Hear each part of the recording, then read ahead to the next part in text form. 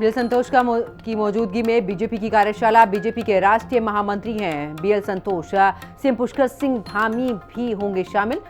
प्रदेश अध्यक्ष सहित कई पदाधिकारी भी शामिल होंगे। भूस्खलन रोकने की तैयारी शुरू। वैज्ञानिकों ने भूस्खलन पर चर्चा।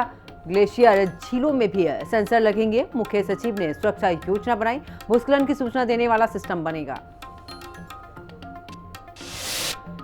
केदारनाथ गर्भगृह सोना मामले में बीकेटीसी की क्लीन चिट। गढ़वाल मंडल आयुक्त की रिपोर्ट में बीकेटीसी बरी। बीकेटीसी पर कोई आरोप लगे थे, लेकिन जांच के बाद समिति को क्लीन चिट मिल गई।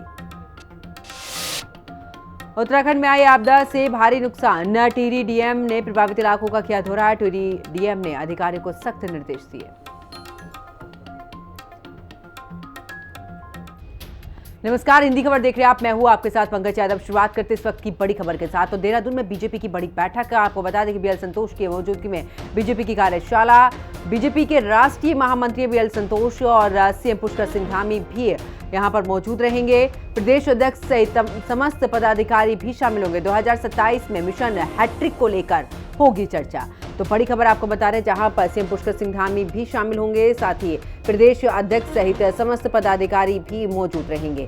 2027 में मिशन हैट्रिक को लेकर चर्चा होगी। इस वक्त की बड़ी खबर आपको बता रहे हैं, देहरादून में बीजेपी की बड़ी बैठक। और आपको बता दें कि इस बैठक में बीएल संतोष की मौजूदगी में बीजेपी की कार्यशाला की शुरुआत होगी। और ऐसे में बीजेपी के राष्ट्रीय महामंत्री हैं बीएल संतोष। देहरादून में आज बीजेपी की बड़ी बैठक है, जिसमें जिला अध्यक्ष, जिला महामंत्री और नए प्रदेश पदाधिकारी शामिल होंगे। साथ ही राष्ट्रीय महामंत्री बीएल संतोष, मुख्यमंत्री पुष्कर सिंह धामी, संगठन प्रभारी दुष्यंत गौतम और सह प्रभारी रेखा वर्मा भी मौजूद रहेंगी। वहीं आपको बता दें कि बीजेपी के प्रदेश अध्यक्ष महेंद्र भट्ट ने बताया कि इस बैठक में 2027 के विधानसभा चुनाव की तैयारी के लिए बूथ स्तर पर योजना बनाई जाएगी।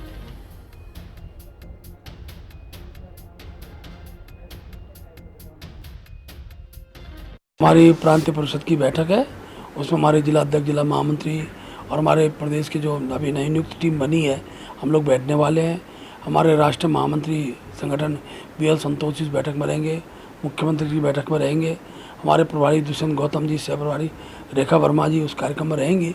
और हम मुख्य रूप से 2027 अब हमारा फोकस है, 2027 के चुनाव को लेकर बूथ के प्रबंधन और हर बूथ पर भारतीय जनता पार्टी की विजय सुनिश्चित हो, उसके लिए हम टीम बनाकर और बूथ जीतने की रणनीति के आधार पर अपने आगामी दिनों कार्यक्रम श्रृंखला को तैयार करेंगे। उधर मुख्य सचिव आनंद वर्धन ने भूस्खलन को लेकर उसको रोकने के लिए कई बड़े वैज्ञानिक संस्थानों के साथ में बैठक की है। उन्होंने कहा कि भूस्खलन होने वाले क्षेत्र को पहचान कर एक ऐसा सिस्टम बनाया जाएगा जो मौसम और बारिश देखकर पहले से ही बता सके कि कहां पर भूस्खलन हो सकता है। इससे लोगों को सुरक्षित जगहों पर ले जाया जा सकेगा। मुख्य सचिव ने साथ ही वाडिया हिमालय भूविज्ञान संस्थान, geological survey of India, Indian institute of remote sensing और अन्य संस्थानों को मिलकर यहां पर काम करने को कहा है। उन्होंने प्रदेश की 13 ग्लेशियर झीलों के अगर बात करें तो सेंसर लगाने का भी आदेश दिया है। बात करते केदारनाथ की, जहां पर केदारनाथ मंदिर के गर्भगृह में सोना लगाने के मामले की जांच रिपोर्ट में बद्रीनाथ केदारनाथ मंदिर समिति को बेदाग बताया गया है। समिति ने ना तो खुद सोना खरीदा और ना ही गर्भगृह में लगाया है, बल्कि केवल दानदाताओं की यहां पर मदद की थी। साथ ही बता दें कि इस मामले में बीकेटीसी पर भी कई आरोप लगे थे, लेकिन जांच के बाद समिति को क्लीन चिट मिल गई है। रिपोर्ट आने के बाद से विपक्ष चुप है। मुख्यमंत्री पुष्कर सिंह धामी ने कहा कि विपक्ष हर मुद्दे पर आरोप लगाता है, लेकिन जब सच सामने आता है और अच्छा काम होता है तो उसे भी स्वीकार करना चाहिए।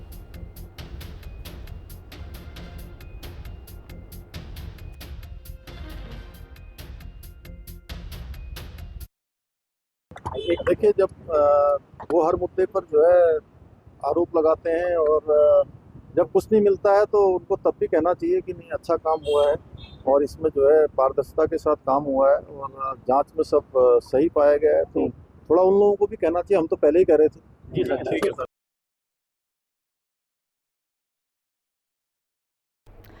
तो प्रदेश बीजेपी की नई टीम ने यहां पर दीप्ति रावत भारद्वाज को प्रदेश महामंत्री बनाया। उन्होंने बीजेपी मुख्यालय में अपना पदभार भी संभाला। सभी पार्टी कार्यकर्ताओं ने उन्हें इस पद पर नियुक्ति की बधाई दी है।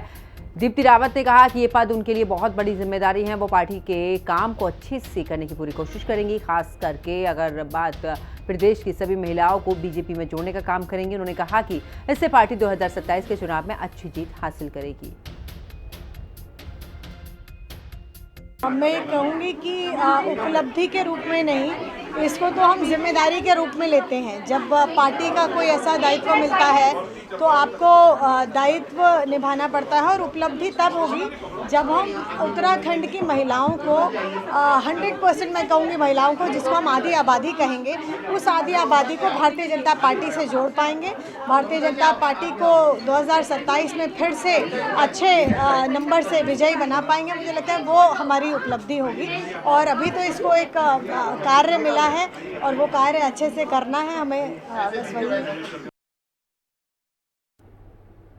तो उधर 22 सितंबर से देश में नए जीएसटी स्लैब लागू हो गए हैं। इस बदलाव की वजह से कई चीज़ों पर टैक्स कम हो गए हैं। बीजेपी इसे खुशी का मौका बता रही है, तो वहीं अगर बात करें तो जनता को भी इसके फायदे समझा रही है। सीएम धामी खुद बाजारों में जाकर दुकानदारों से मिल रहे हैं और उन्हें नए जीएसटी के बारे में जानकारी दे रहे हैं। बीजेपी के प्रदेश अध्यक्ष महेंद्र भट्ट ने कहा कि ये एक खुशी का जश्न है। इसके साथ ही अगले 7 दिन तक सभी महापौर, विधायक, सांसद और स्थानीय नेता भी बाजारों में जाकर लोगों को बताएंगे कि उन्हें इस बदलाव से कैसा फायदा मिलेगा।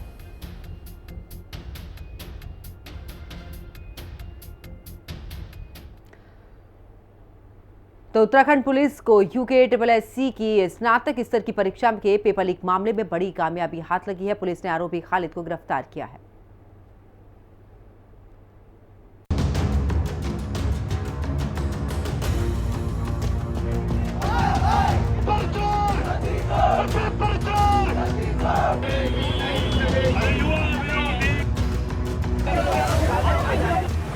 UKSSC पेपर लीक मामले में बड़ा खुलासा। गिरफ्त में आया पेपर लीक का मास्टरमाइंड खोलेगा पेपर लीक का राज। टीवी स्क्रीन पर दिख रहा ये खालिद मलिक, यही वो शख्स है UKSSC पेपर लीक का मास्टरमाइंड। खालिद पर आरोप है कि परीक्षा केंद्र से 3 पेपर व्हाट्सएप पर भेजे। पिछले कई दिनों से पुलिस को खालिद की तलाश थी। उत्तराखंड पुलिस पेपर लीक के तार की परत दर परत खंगालने में जुटी है। देहरादून पुलिस और स्पेशल टास्क फोर्स ने नकल माफिया के खिलाफ कड़ी कार्रवाई की है। इस मामले में हाकम सिंह और उसके सहयोगी पंकज सिंह गौड़ को भी गिरफ्तार किया गया है। पेपर लीक के तार कहां-कहां और किससे जुड़े हैं, इसके लिए उत्तराखंड पुलिस और STF लगातार पैनी नजर बनाए हुए है। आखिरकार हरिद्वार और देहरादून की पुलिस ने इस मामले का बहुत बड़ा खुलासा करते हुए खालिद मलिक को गिरफ्तार किया है। सनसनीखेज इसको बताया गया था पेपर लीक की तरह, और अभी जो प्राथमिक हमारी पूछताछ SSP हरिद्वार और उनकी टीम और सभी टीमों ने किया है, तो पेपर लीक जैसी कोई बात अभी प्रथम दृष्टया अभी पूछताछ में नहीं आई है।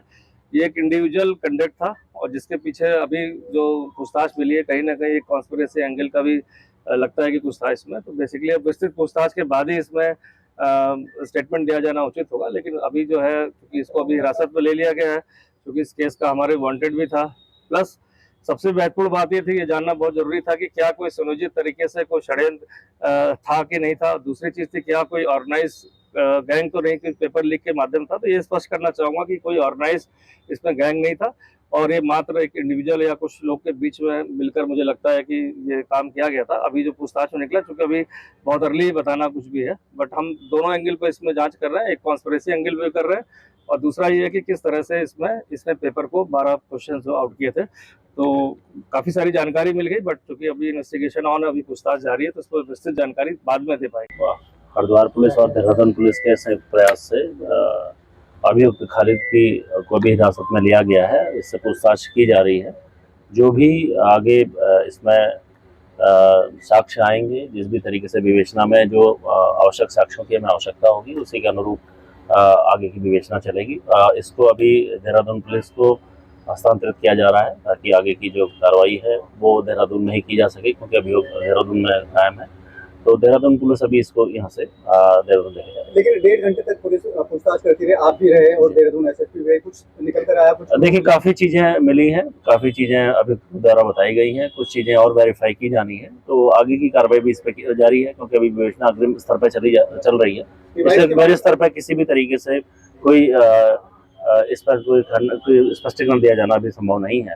जैसे जैसे विवेचना आगे बढ़ेगी, SSP देहरादून द्वारा इस पर आपको विस्तृत रूप से बताया भी जाएगा। पेपर लीक का मास्टरमाइंड कौन? मुख्य आरोपी खालिद मलिक की करतूतें आई सामने। खालिद ने अलग अलग पहचान के साथ 4 आवेदन किए। चारों आवेदन पत्रों में पिता का नाम, मोबाइल नंबर और फोटो अलग। खालिद ने 8 अलग अलग मोबाइल नंबर दर्ज किए थे। जिस परीक्षा केंद्र पर नकल की सेटिंग होगी वहीं परीक्षा दे सकें। परीक्षा के दौरान खालिद ने परिचित को व्हाट्सएप पर प्रश्न पत्र भेजे। आयोग ने खालिद के भेजे गए सभी आवेदन पत्रों की जांच की है। खालिद मलिक आयोग की परीक्षाओं से आजीवन ब्लैकलिस्ट। इससे पहले UKSSC द्वारा आयोजित कराई जा रही स्नातक स्तरीय पदों के लिए लिखित प्रतियोगी परीक्षा के प्रश्न पत्रों की 3 फोटो वायरल हुई। मामले की जांच के दौरान सुमन से पूछताछ में आरोपी खालिद मलिक की एक अन्य बहन हिना की भूमिका भी संदिग्ध मिली, जिसे पुलिस ने गिरफ्तार कर लिया है और उसका भाई फरार है। निरीक्षण किया गया और अभी जो अभियुक्त है हमारा खालिद, जिसने कि वो पेपर वहां से जो 3 क्लिक थे वो लेकर बाहर किया है, अभी तक उसकी अरेस्टिंग नहीं हो पाई है, लेकिन ये क्लियर हो गया कि उसका वो सेंटर था और वो वहां पर कोई ना कोई डिवाइस वहां पर लेकर गया था। ये अभी तक तथ्य प्रकाश में आए हैं। दूसरी बात, ये जो साबिया की जो उसके सिस्टर है उसकी अरेस्टिंग हुई है। उसमें जो सुमन जिसके पास के खालिद ने पेपर भिजवाए थे और जिसने आंसर शीट आगे की और जिससे स्क्रीनशॉट भी आगे भेजा था, तो उससे जो पूछताछ हुई, उसके फोन से जो हमने चीजें ली है, उससे यही पता चला कि साबिया की उससे बात हुई थी। खालिद का फोन अपनी बहन साबिया के पास था और साबिया को पता था कि मेरा भाई एग्जाम देने के लिए गया है, इस समय पे वो एग्जामिनेशन सेंटर पर बैठा हुआ है और उसने वो पेपर जो 3 उसके पास आए वो उसने सुमन को भेजा, उसका आंसर उसने आगे भेजा। ये अभी तक पता चला है, तो उसका पूरी तरह से संदिग्ध रोल है, इसलिए उसकी अरेस्टिंग की गई। गौरतलब है कि बीती 21 सितंबर को उत्तराखंड में UKSSC की स्नातक स्तरीय पदों के लिए चयनित परीक्षा आयोजित हुई थी, लेकिन परीक्षा शुरू होने के कुछ देर बाद प्रश्न पत्रों से जुड़े स्क्रीनशॉट सामने आ गए, जिस पर उत्तराखंड बेरोजगार संघ ने पेपर लीक होने का दावा कर आयोग और सरकार के खिलाफ आवाज उठाना शुरू कर दिया।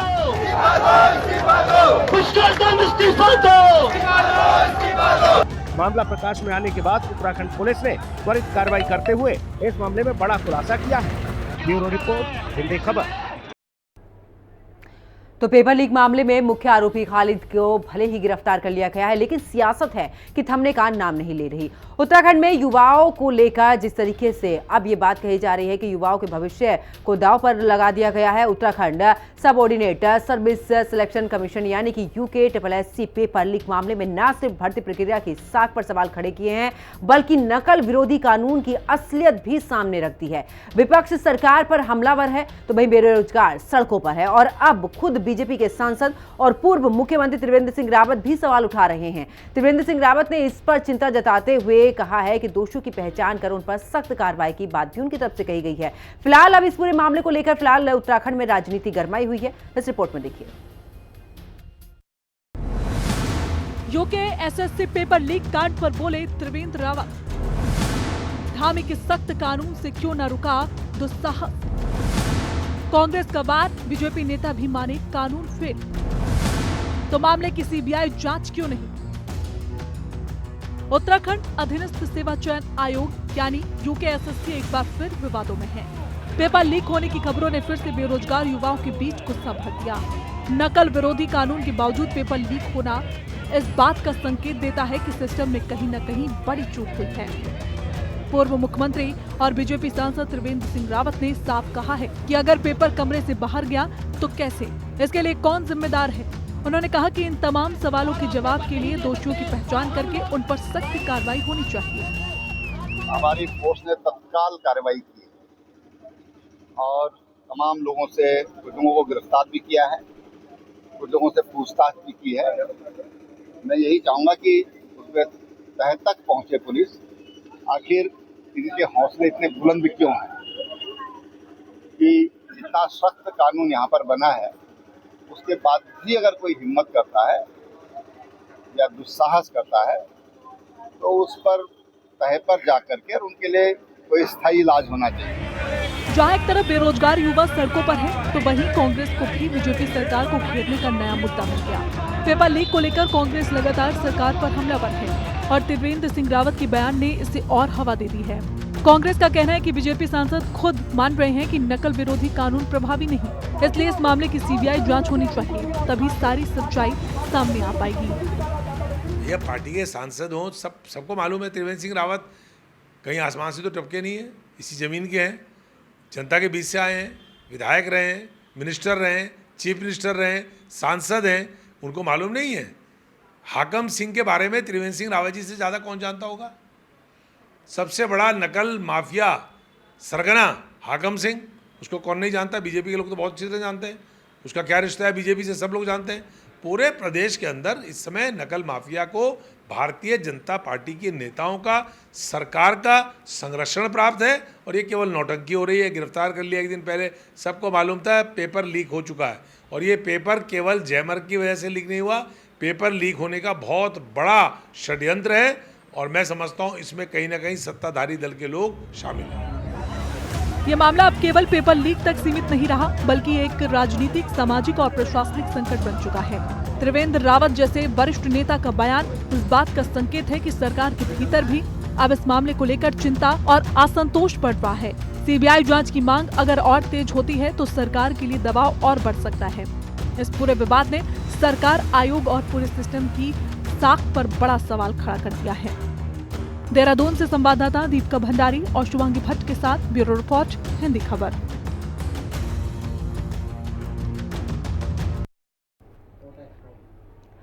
और अब चलिए आगे बात करते हैं, जहां पर शिक्षा अधिकारी एसपी सेमवाल ने इस्तीफा दे दिया है और टिहरी के मुख्य शिक्षा अधिकारी थे एसपी सेमवाल। आपको बता दें कि मुख्य शिक्षा अधिकारी ने इस्तीफा देने की पुष्टि की है।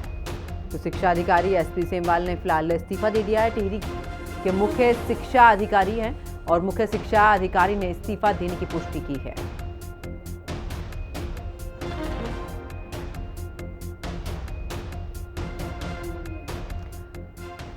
उधर उत्तराखंड में आई आपदा की वजह से कृषि भूमि और घरों को भारी नुकसान हुआ है। टिहरी जिलाधिकारी नितिका खंडेलवाल ने भी प्रभावित इलाकों का निरीक्षण किया और साथ ही अधिकारियों को सख्त निर्देश भी दिए।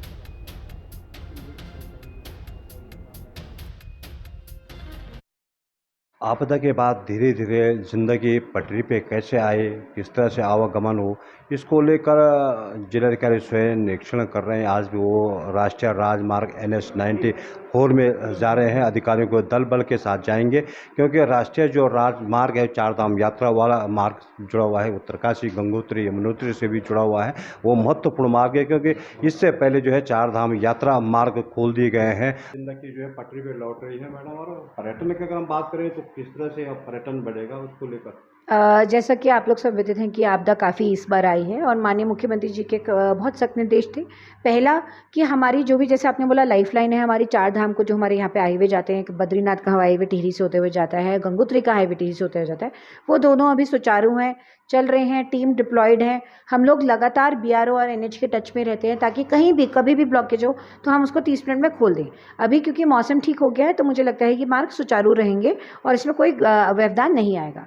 दूसरा जो इम्पोर्टेंट चीज़ है, क्योंकि अब आपदा से हमारे गाँव बहुत ज़्यादा ग्रसित है और बहुत ज़्यादा हमने देखा है कि लोगों की कृषि को लेके, उनके ज़मीनों को लेके, उनके मकानों को लेके काफ़ी क्षति पहुँची है। तो मुख्यमंत्री जी के जैसे निर्देश रहते हैं, हमने विदिन 3 डेज़ हम लोग बहुत सारी फील्ड विजिट पे गए भी हैं और वहाँ पे हम लोगों ने राहत का जो भी सामग्री है लोगों को दी है। जो SDRF के नॉर्म्स के हिसाब से हम क्षति का आंकलन जो करते हैं और उसका भी पैसा देते हैं वो हमने कर लिया है। सकलाना क्षेत्र में जो 16 सितंबर को क्षति हुई है उसमें कृषि, राजस्व और हॉर्टिकल्चर की ज्वाइंट टीम बनी है। उन लोगों ने भी अपना पूरा भ्रमण उस क्षेत्र में कर लिया है और जल्द ही उन लोगों का भी क्षति का आंकलन आ जाएगा, वो भी हम दे देंगे।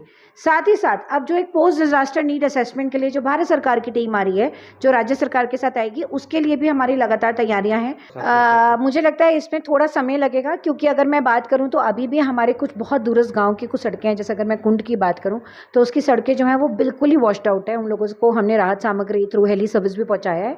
और जो मेरी पिछली रात भी PMGSY से बात हुई थी, उन्होंने कहा था कि अभी 3 दिन और लगेंगे उस सड़क को सुचारू होने के लिए। ऐसे में हम देखेंगे कि हमारे बहुत सारे स्कूल कॉलेजेस भी हैं जो काफ़ी बाधित हुए हैं। जैसे राजकीय कॉलेज रगड़ गाँव है, वो तो आधा स्कूल ही आपदा में बह गया है। तो अभी बच्चों की हमने वैकल्पिक व्यवस्था बनाने का प्रयास किया है कि हम आसपास कहाँ भेज पाएँ, बट अभी बच्चे नहीं जा पा रहे हैं। तो मुझे लगता है कि हमें और हफ्ते से 10 दिन चाहिए होगा। जैसे जिजली गांव की बात करें तो वहाँ पे बच्चे जो थे स्कूल में आ रहे थे, बट अभी उनको किराए की बिल्डिंग में कहीं और शिफ्ट कर दिया और आंगनवाड़ी भी चल रहा है, स्कूल भी चल रहा है। तो इसको करते करते हम लोग प्रयास कर रहे हैं कि हम हफ्ते 10 दिन में सब कुछ ट्रैक पे ले आएँ और अगर ईश्वर की कृपा रही और मौसम ठीक रहा तो मुझे लगता है कि हम लोग ज़रूर ये कर लेंगे। अब देखना होगा कि कब तक जो है प्रशासन और सरकार जो है पूरे लोगों को राहत पहुंचाती है, कब तक जिंदगी पटरी वाली। लेकिन फिलहाल तो मानसून ये कहता है कि अब मौसम जो है साफ होने लगा है। मैं जगत तोबाल, हिंदी खबर, टिहरी गढ़वाल।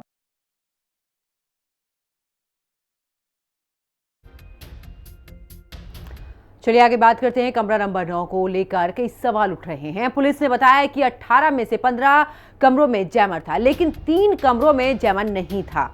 खालिद जिस कमरे में था उसमें भी जैमर नहीं था और कमरा नंबर 9 भी उन्हीं 3 कमरों में से एक था, जिसमें कि इसको लेकर अब शक हो रहा है कि खालिद को अंदरूनी लोगों ने ये बात पहले से ही उसे पता थी कि अंदरूनी लोगों ने उसको पहले ही बताया। अब जांच हो रही है कि कहीं किसी अधिकारी या फिर कर्मचारी ने मिलकर ये साजिश तो नहीं की है। जैमर खराब नहीं था। सेंटर में टोटल 18 रूम्स थे जो इंगेज थे और उसमें 15 जैमर थे। तो कुछ ऐसा होता है कि जो जैमर की रेंज है वो 10 मीटर है, 15 मीटर है, तो बीच में किसी रूम को छोड़कर वो लगा रहे थे। जैसे कि 9 नंबर उन्होंने छोड़ दिया, जो कि जिसमें कि खालिद बैठा हुआ था, वो छूटा है। वो किस वजह से छूटा है, इसलिए वो हमारे संदिग्ध के घेरे में है, इसीलिए अभी सबसे पूछताछ है। अभी सभी में टोटल 15 जैमर थे और उनकी कक्ष है 18। तो चलिए बात लोहा घाट की करते, जहां पर लोहा घाट के गंगनोला ग्राम सभा में चनोड़ा टोला में हरिश्चंद्र जोशी और यहां पर खिलानंद जोशी के 2 मंजिला लकड़ी के मकान में शॉर्ट सर्किट की वजह से आग लग गई। आग इतनी ज़्यादा भयानक लगी कि पूरा घर जलकर, यानी कि पूरा मकान जलकर पूरी तरीके से तहस नहस हो गया है। जहां पर हरिश्चंद्र जोशी ने समय रहते पहले घर से बाहर निकलकर अपनी जान बचाई। सूचना मिलने पर पूर्व प्रधान ललित मोहन जोशी ने भी फायर स्टेशन और राजस्व विभाग को तुरंत बताया। फायर टीम और ग्रामीणों ने मिलकर 2 घंटे की मेहनत के बाद आखिरकार आग पर काबू पाया है। आग में दोनों परिवारों का मकान और सामान जलकर राख हो गया है। लाखों रुपए का नुकसान बताया जा रहा है।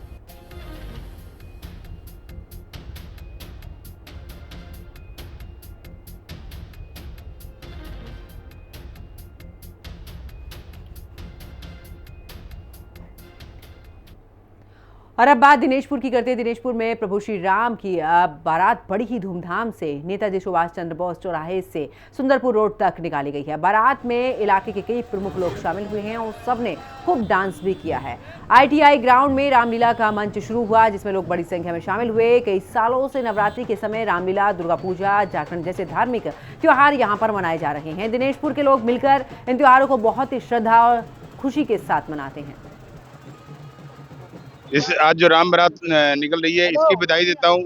और एक बहुत अच्छा कार्य हमारे यहाँ जो हो रहा है, जैसे दुर्गा पूजा हो रही है, रामलीला हो रही है, हमको अपने बच्चों को, अपने समाज को आगे बढ़ाना है। अपने सांस्कृतिक कार्यक्रम, अपने धार्मिक कार्यक्रम, अपने सामाजिक कार्यक्रम, अपने बच्चों को जो आज सब भूलते जा रहे हैं, हमारे जो हमारे भगवान राम या हमारे जो महापुरुषों को है लोग भूलते जा रहे हैं। तो उसके लिए जो ये कार्यक्रम यहाँ हो रहे हैं, लगातार कई वर्षों से हो रहे हैं। जैसे दुर्गा पूजा भी कई वर्षों से हो रही है, रामलीला भी कई वर्षों से हो रही है। तो एक बहुत अच्छा कार्य है, लोगों इन समितियों द्वारा करा जा रहा है। अपने आने वाली पीढ़ी को हम अपने पुरखों का और अपने देवी देवताओं का उनको आत्मज्ञान करवाना चाहते हैं। आज राम बारात निकली है। हम लोग भगवान श्री राम के बारात में शामिल हुए हैं और इससे खुशी की बात क्या हो सकती है। यहाँ से लगभग 18 साल तो यहाँ हो गए। पहले भी रामलीला होती थी, जिसमें हमारे तिरखा बाबू जी, हमारे बाबू नंदलाल जी शर्मा जी और गुप्ता जी होते थे, चाचा चिमन लाल होते थे। 18 नहीं, 10 साल बैक भी जाओ, 28 साल हो गए हैं। रामलीला बहुत सुंदर होती थी। अब जब से ये हमारे भाई लोग रामलीला कर रहे हैं, बहुत अच्छी कर रहे हैं, बहुत अच्छी व्यवस्था है।